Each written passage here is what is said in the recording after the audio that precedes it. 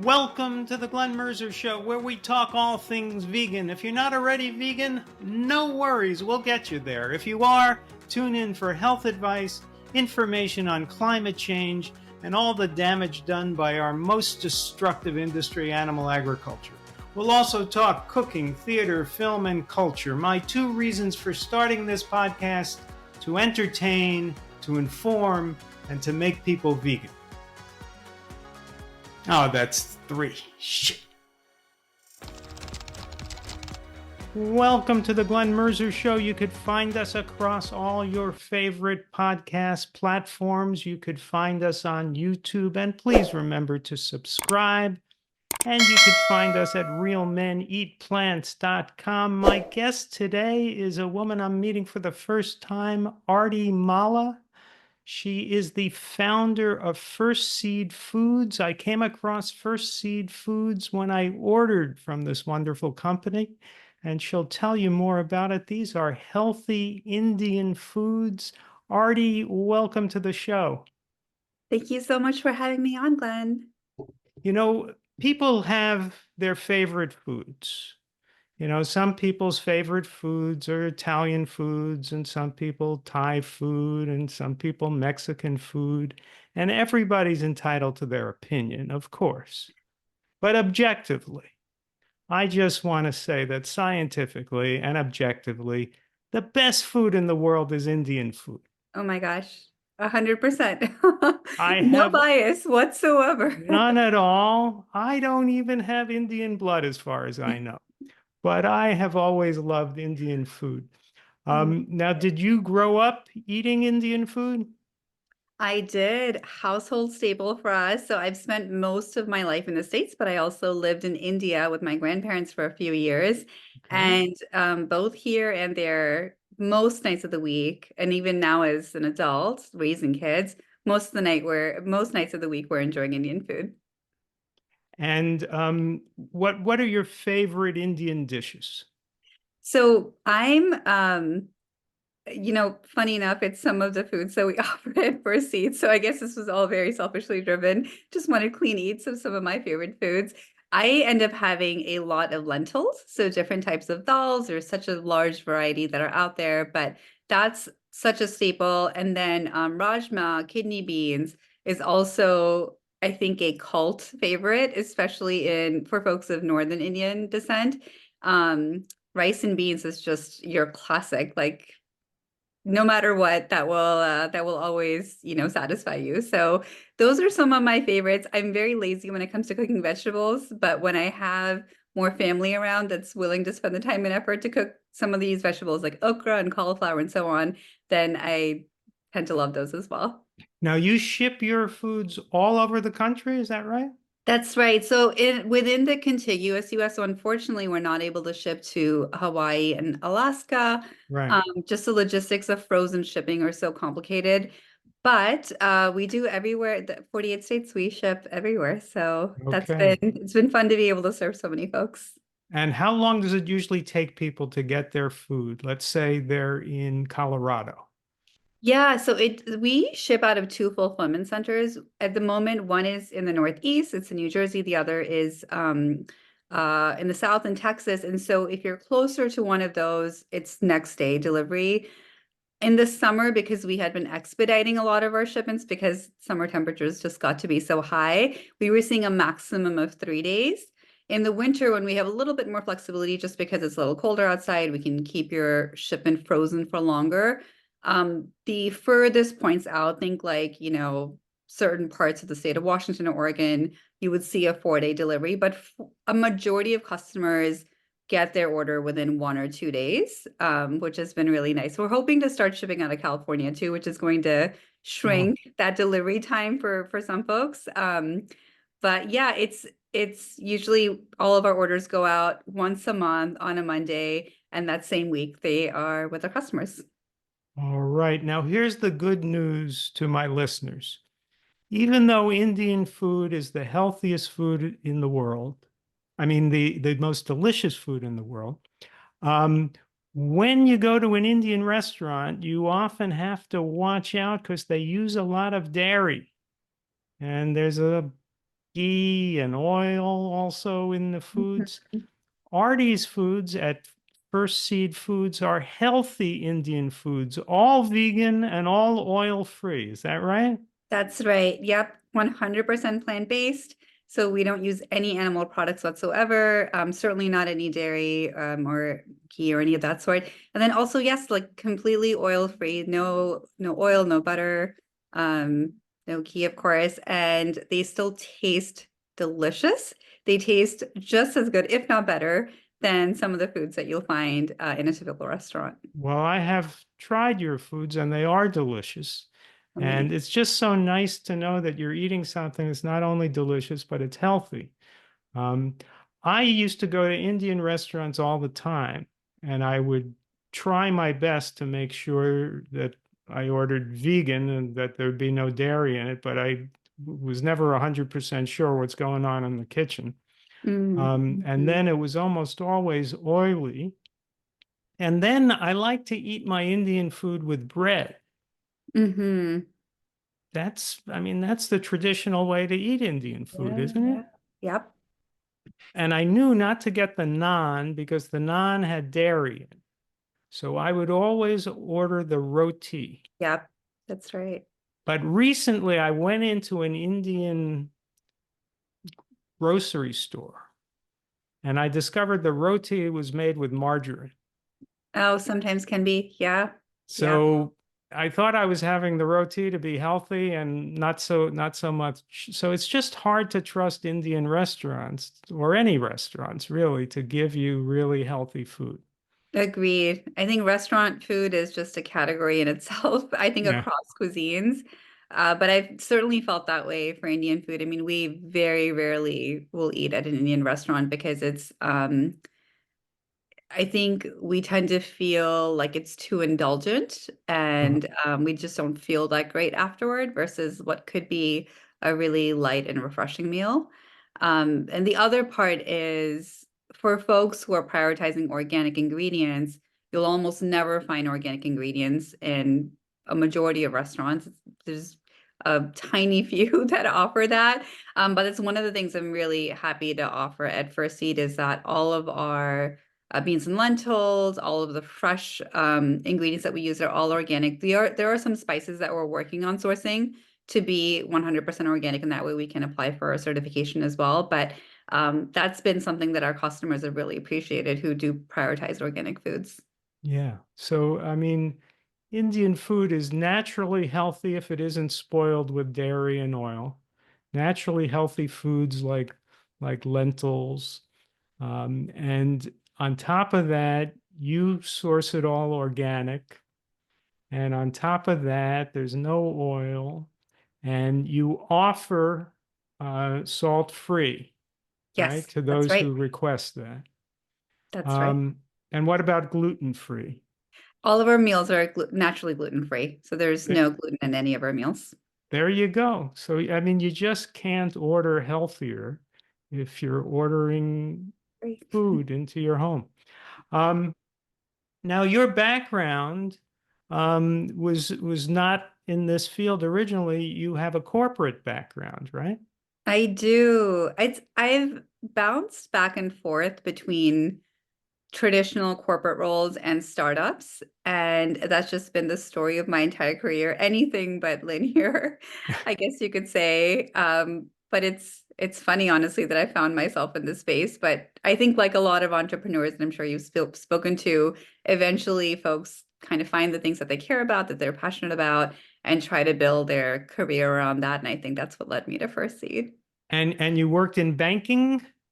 That's right. I worked in banking. So my first job out of college was at Lehman Brothers before the financial crisis. I was there a few years, left just before the financial crisis, and went to get my MBA. And then from there, bounced around between different types of jobs in tech and digital marketing, and um, found myself back at banking for my last job before First Seed, and then just realized I was kind of done with it. I was ready to build something of my own. Now, I know it was early in your career, and we all make mistakes, Yeah. but did you do anything wrong that caused Lehman Brothers to go bankrupt?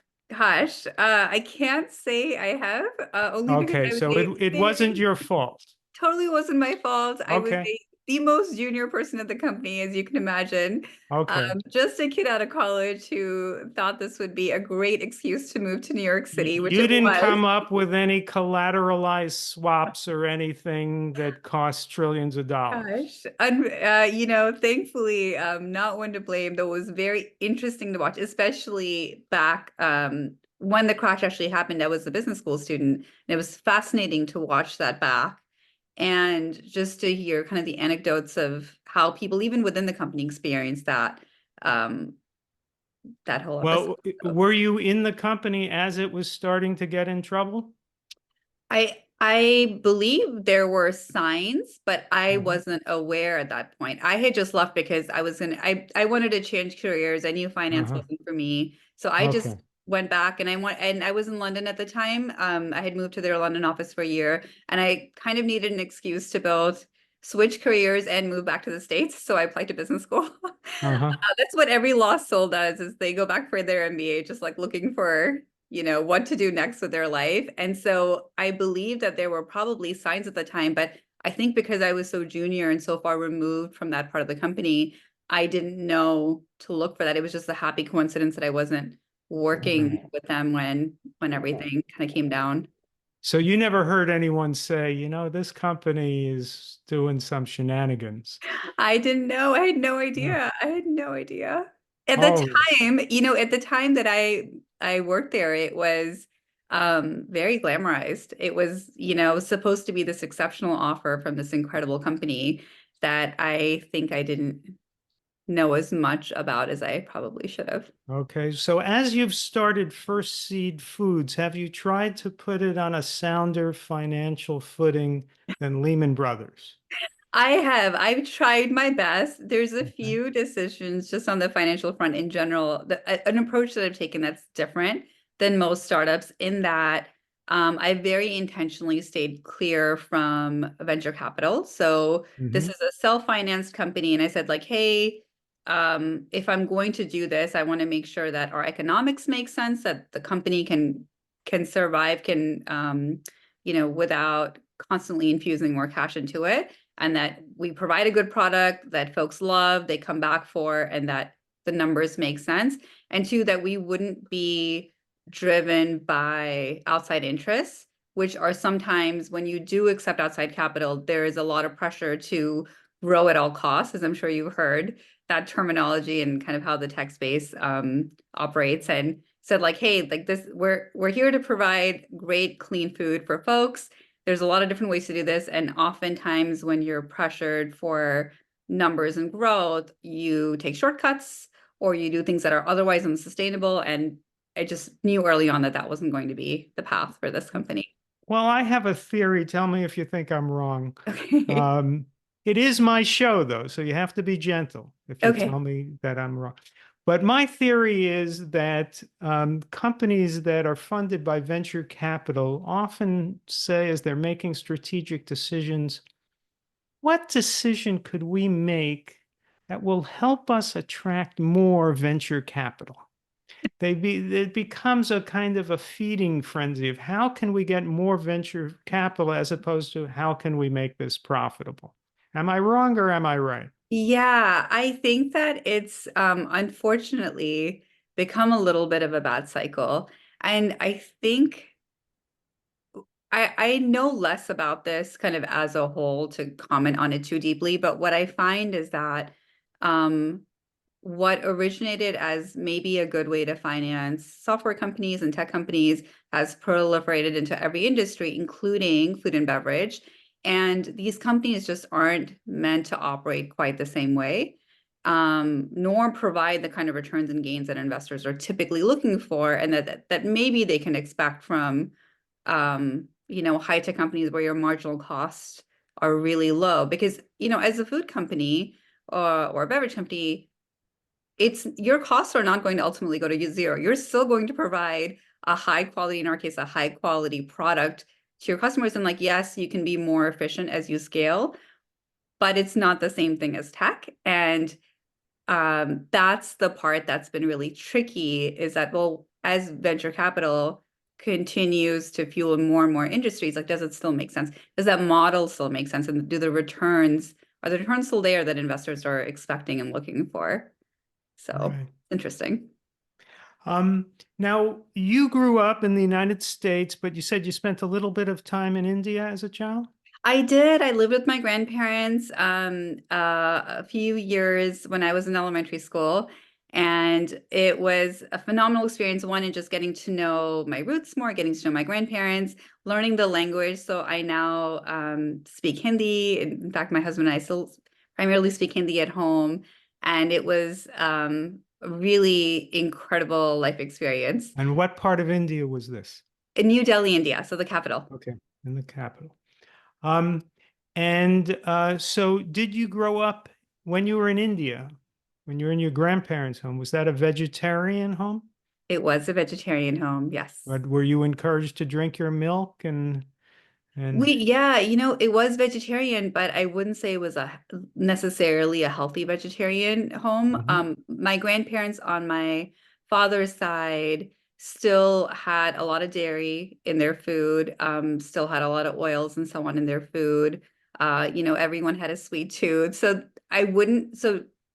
vegetarian, but with kind of the big asterisks of like not necessarily the most healthy. My mom's side, though, on my grandparents on my mom's side actually ate very healthy. I mean, very simple meals with very few ingredients and very light even on oils and such. I mean, it's been interesting to watch as my grandparents, who have now all since passed away, but as they got into their 80s and 90s, to see how some of those decisions affected their health longer term. And you see those impacts in those later years, especially. So both vegetarian households, but still approach food very differently. did the healthier diet lead to longer, healthier old Oh, age? absolutely. Longer, healthier, more independent. So my last grandparent, my grandfather on my mom's side, passed away last year at age 98. But well into his 90s, one of the most independent people you'd ever meet. He didn't really like anyone else doing anything for him. He preferred to make his own tea in the morning. He preferred to do his own laundry, to Hmm. go out for a walk and get his hair cut. I mean, just phenomenal to see someone in his 90s just doing so well for himself versus the other set of grandparents that unfortunately did suffer from diabetes and other health conditions as they kind of aged. Yeah. My mother also lived to 98 and she had heart disease in her 50s. And Oh I said, gosh, Mom, you should stop eating meat. And she did stop eating red meat and she didn't go quite vegan until she was in her late 80s and moved to California where I was. And then I did her shopping and then she went vegan amazing. by default.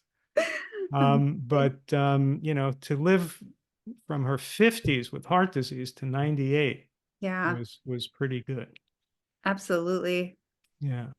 Now, when did you go vegan? When did you adopt this healthy lifestyle? Yeah, when I think about it, it's actually pretty recent. So all of this was both going vegan and starting this company really came out of the pandemic for me. So right at the time, just before the pandemic, I had my second kiddo. And just as I was actually getting ready to go back to work to my corporate job, as we talked about, the world shut down because, I think the week I was supposed to rejoin, every company started working remotely and they said like, hey, don't come back in, we're just going to go remote and we're going to see where this thing goes. So for the first, and daycare is closed as well, so we had enrolled our kiddos and then we had to keep them home. And as you can imagine, having a toddler and a newborn and a full-time job was chaotic recipe for disaster. So the first 6 months of the pandemic we were in survival mode. Like every day was just like, can we get through the day? And a lot of that meant that we weren't cooking. So we would order fast casual salads and such some days, other things other days. And we thought we were being relatively healthy, but outside food is outside food.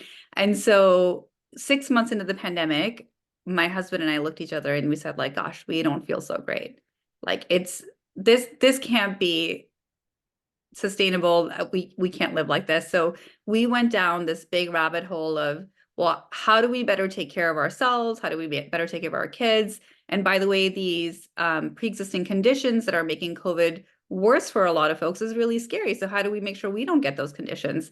And that's what led us to plant-based eating and just thinking about nutrition in a different way. And it's one of those, where you let your curiosity take over, and the more you learn, the more curious you are, and just kind of the cycle. It brought us back to documentaries that we hadn't seen in so many years, like Forks Over Knives, and all of these incredible people in the plant-based community that have been advocating for these lifestyle changes for years, and we had kind of run into but never really taken so seriously, never adopted for ourselves. So we made a lot of those changes. We started cooking our staple, which is Indian food. It's always been Indian food. And we started cooking our Indian food differently, such that it didn't have any dairy, excess oils, and so on. And the thing that blew us away was that the food still tasted great. And we're like, how could it be? We've been making this food our whole life. How could it be that it still tastes great without all of these additional ingredients? And so we cooked that way for a full year before I then realized I was kind of done with my corporate job, looking for something else to do. And also kind of fell in love with this idea of, like, gosh, what if we reintroduce Indian food in a different way, in a way that we think makes sense with what real health looks like. And yeah, so it's been a little bit of a journey, both in going vegan myself and in building this company. Now, I've never come across an Indian restaurant that is both vegan and oil free. Is there one, to your knowledge, in the free world? Not that I know of, but Glenn, you'll have to let me know, because the minute you tell me about it, I'm going. Well, is there any chance that one day you'll start one? Oh, maybe. I feel like it's such a gap. We still to this day eat out very little, because we find just very few options where we feel good about what we eat. And we'll make exceptions, of course, here and there. And there are some good chains that are offering more and more vegan options, but truly healthy, well-sourced, sustainable food that you can feel good about, there are such few options out there. And gosh, if there was one that offered Indian food, we would we would be eating there all the time. But in the meantime, while maybe that's not available yet, I'll say yet, because I'm hopeful that some entrepreneur somewhere is working on this, either that, or maybe we'll make this a part of First Seed. We are trying to at least provide better access by shipping these foods. Well, you certainly are providing better access, and we're going to put in the show notes a discount for first-time customers of First Seed Foods to get what you can't really get anywhere else that I know of: healthy, delicious, oil-free, vegan Indian food. We're going to take a quick break now, and we'll be back with Artie in a moment. All right, if you've ever wanted to show off your plant-based lifestyle and do it in style, here's your chance. We have some of the most amazing t-shirts, hats, accessories, coffee mugs, and more at shop.realmeneatplants.com. We have statement t-shirts that will bring a smile to everyone's face. I love the I want tofu tonight tee.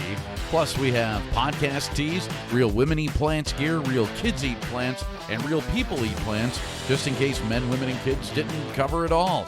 Yeah, we love you and love that you want to show off that healthy lifestyle of yours. Again, check out our high-quality gear at shop.realmeneatplants.com and enjoy.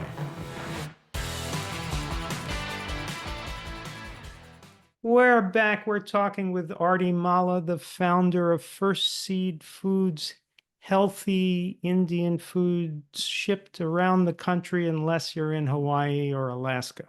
But that's your own choice if you're in Hawaii or Alaska. It comes with some advantages and the disadvantage that you can't get First Seed Foods. So, Arti, you have two little kids.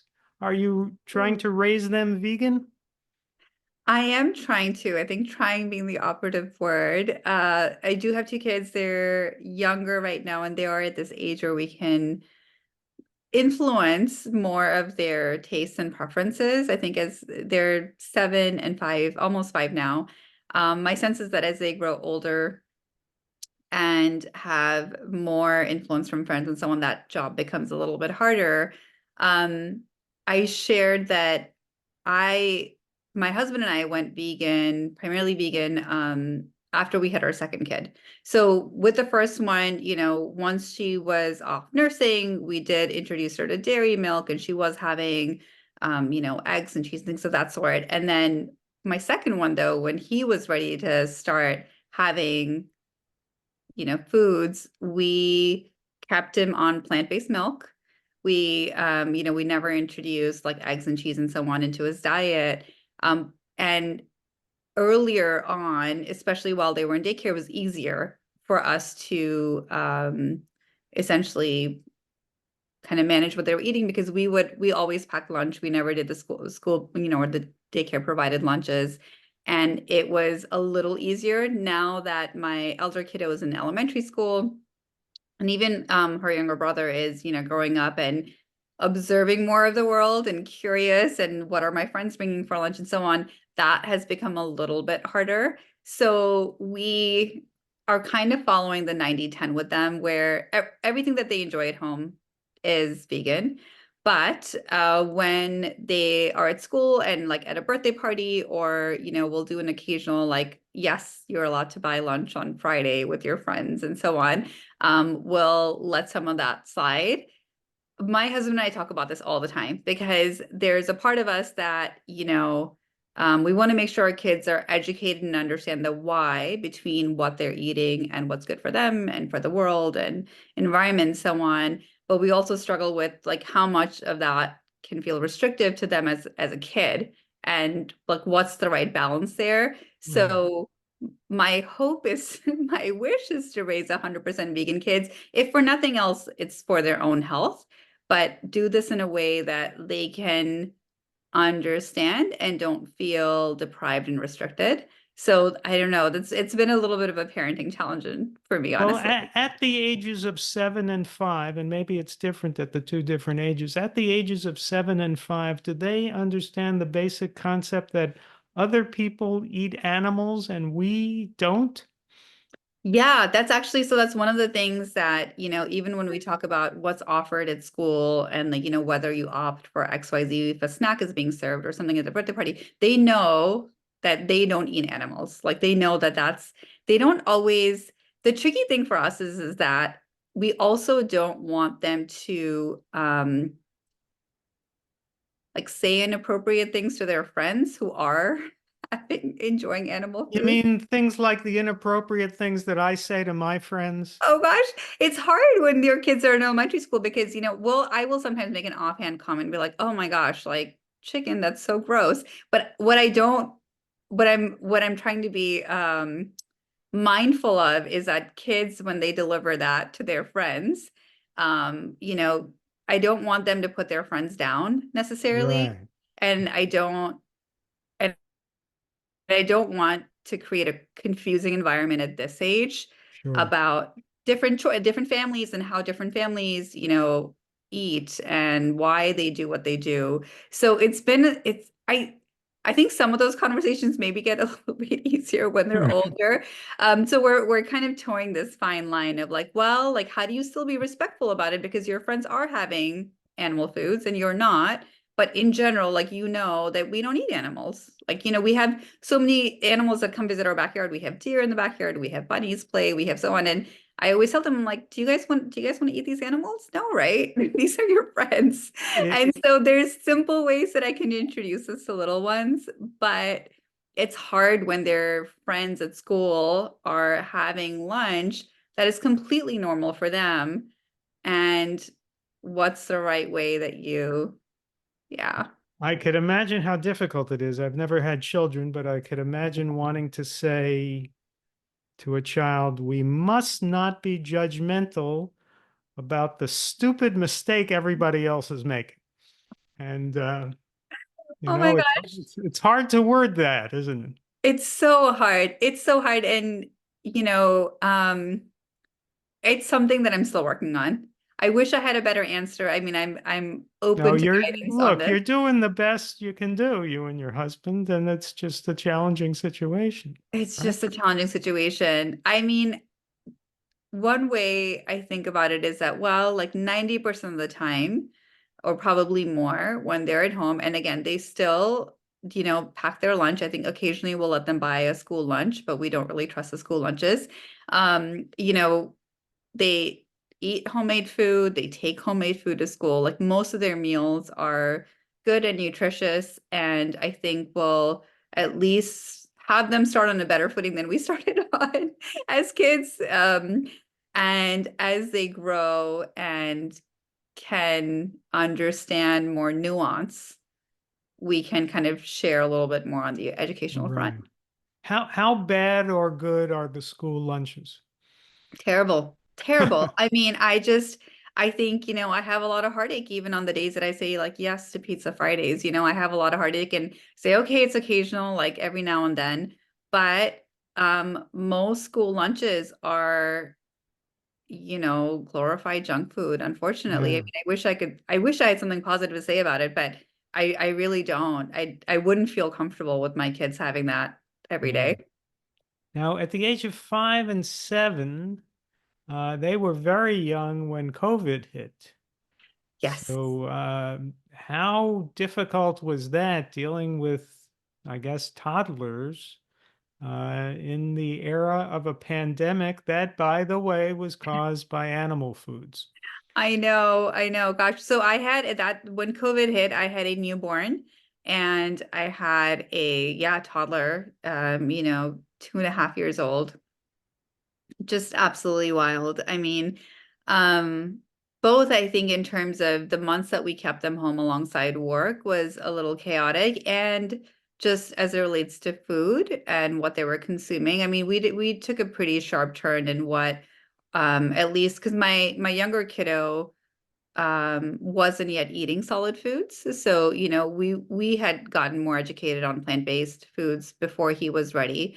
But with my elder kiddo, we made a pretty kind of dramatic shift in the foods that she was eating every day.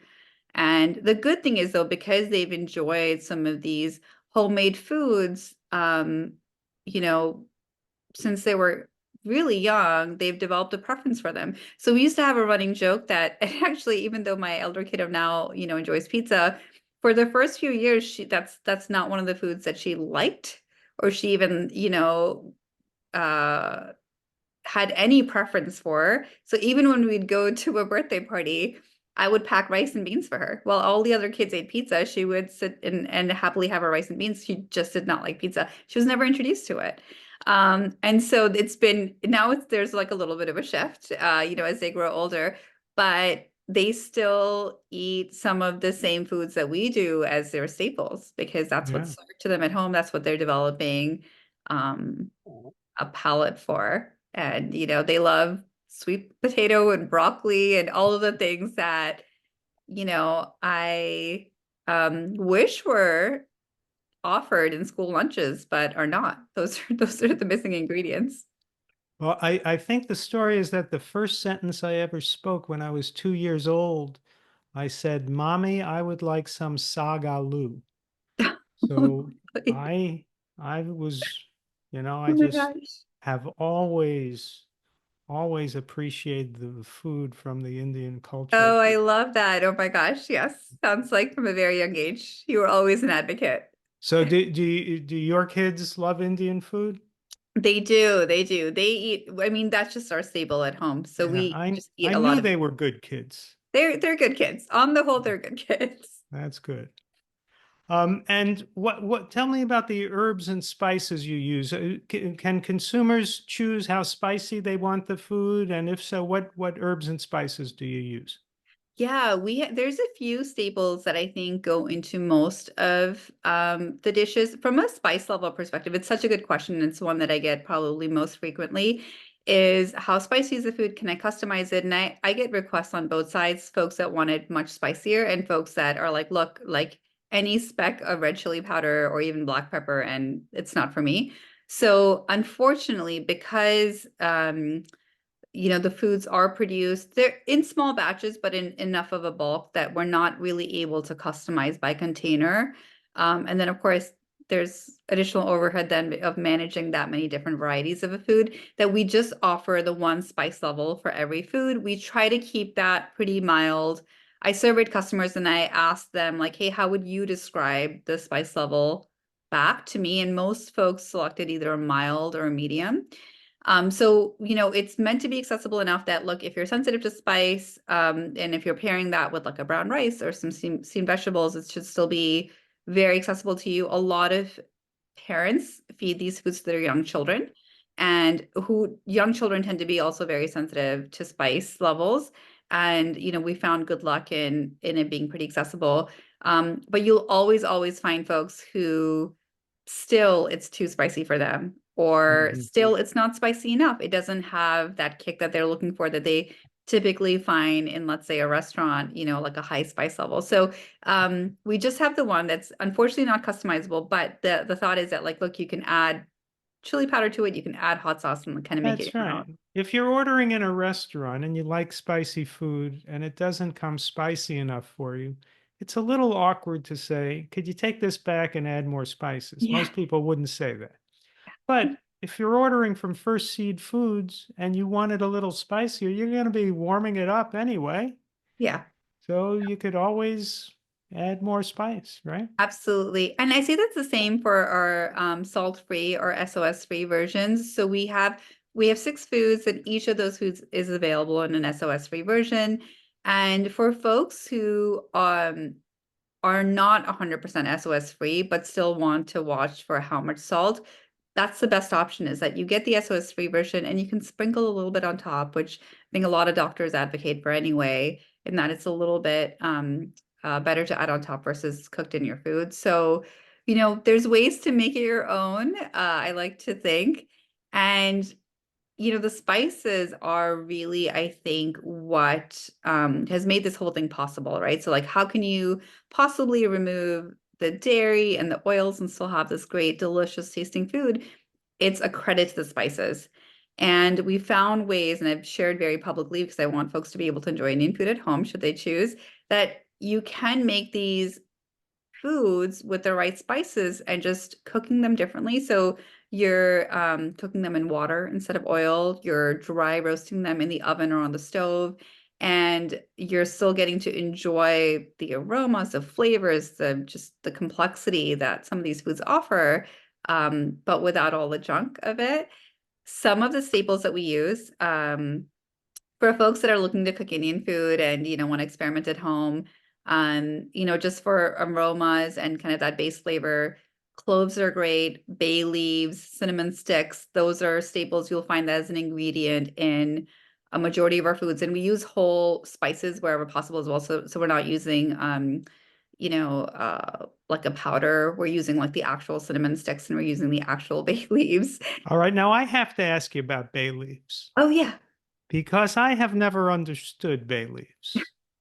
Okay. I understand ginger and garlic. You put the ginger and the garlic in the food and you get the taste of the ginger and the garlic. It makes sense to me. Mhm. I've always believed that bay leaves are some kind of a strange myth. There's this special leaf and you cook it with the food, but then you have to take it out and then people imagine that they can taste it. Is that true? Are people actually, I mean, have they ever done a taste test where they took 10 meals, there was a bay leaf in these 10 and there wasn't in these 10, and then people can tell? Is it a real thing or is it just some kind of a crazy myth? I think that it's so subtle that I wonder now, that's a great question. I wonder if a taste test would really be I good think it's a mass delusion. But I the think bay aromas, can leaves you are these tell me? inedible things that somebody went into the bay leaf business and said, let's just tell people that they can taste it. And we'll make a lot of money selling bay leaves. And it could have been, like sycamore tree leaves. Oh It my could have gosh, been anything. I have this debate with a close friend of mine all the time. Yes. We're like, what is the bay leaf doing Yeah, exactly? the whole thing's a crazy myth. That's hilarious. But I Somebody will went say, into the bay leaf business. He was a genius. but I say there's nothing there. Oh my gosh. Well, I have found a difference in the aromas. All So right. I will say that if nothing else, it's adding some value into like the overall sensory experience. I think what it's good for is the ingredient list. People say, "Oh, there's a bay leaf in it." I think you might be onto something. We're gonna have to see if we'll have to correct all of our recipes to, take Yeah, out those pesky bay leaves. Because we I do, don't know. and we remove them. We don't actually leave them in, so they're not ground in or anything. Yeah, We steep them in because I believe they add something.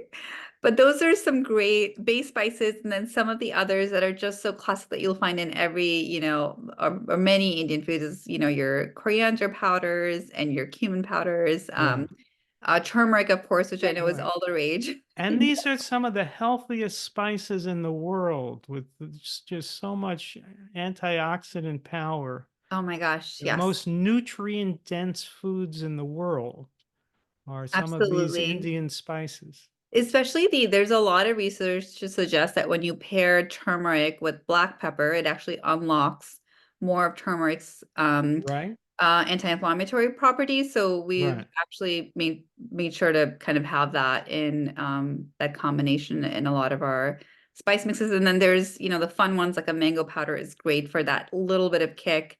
So we have that in our chana masala, which I think folks really appreciate, and actually even in the yellow lentils.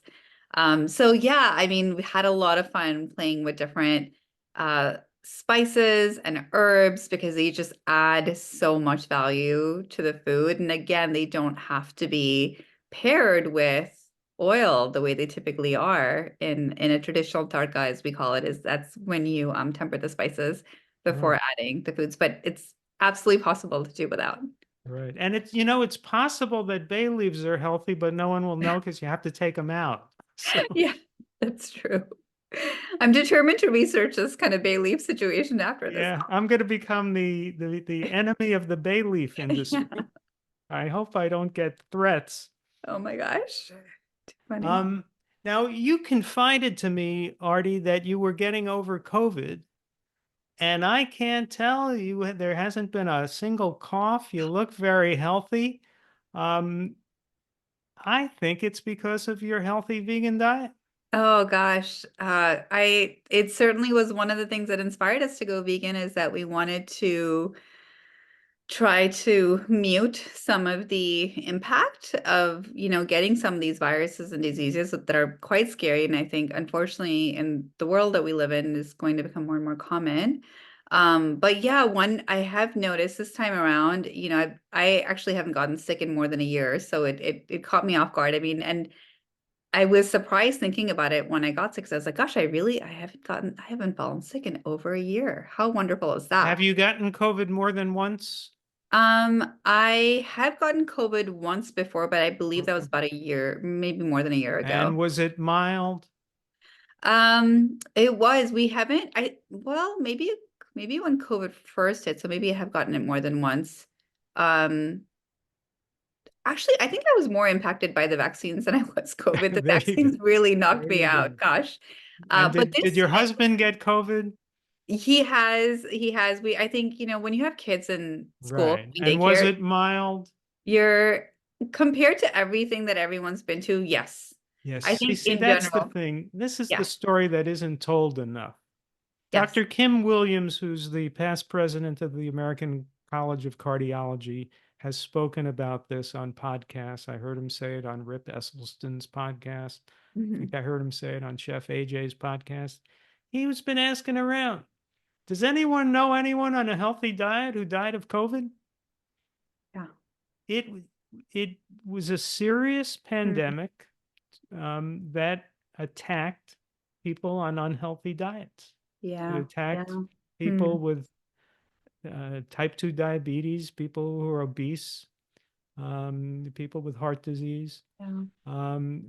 It's yes, some old, frail people and so forth, but for the most part, people who are on a healthy, low-fat, vegan diet, it's like getting a cold Yeah. or a Yeah. mild flu. As far as Dr. Kim Williams knows, and as far as I know, there was not a single death. in people who eat the way we eat. Yeah, We didn't get severe COVID.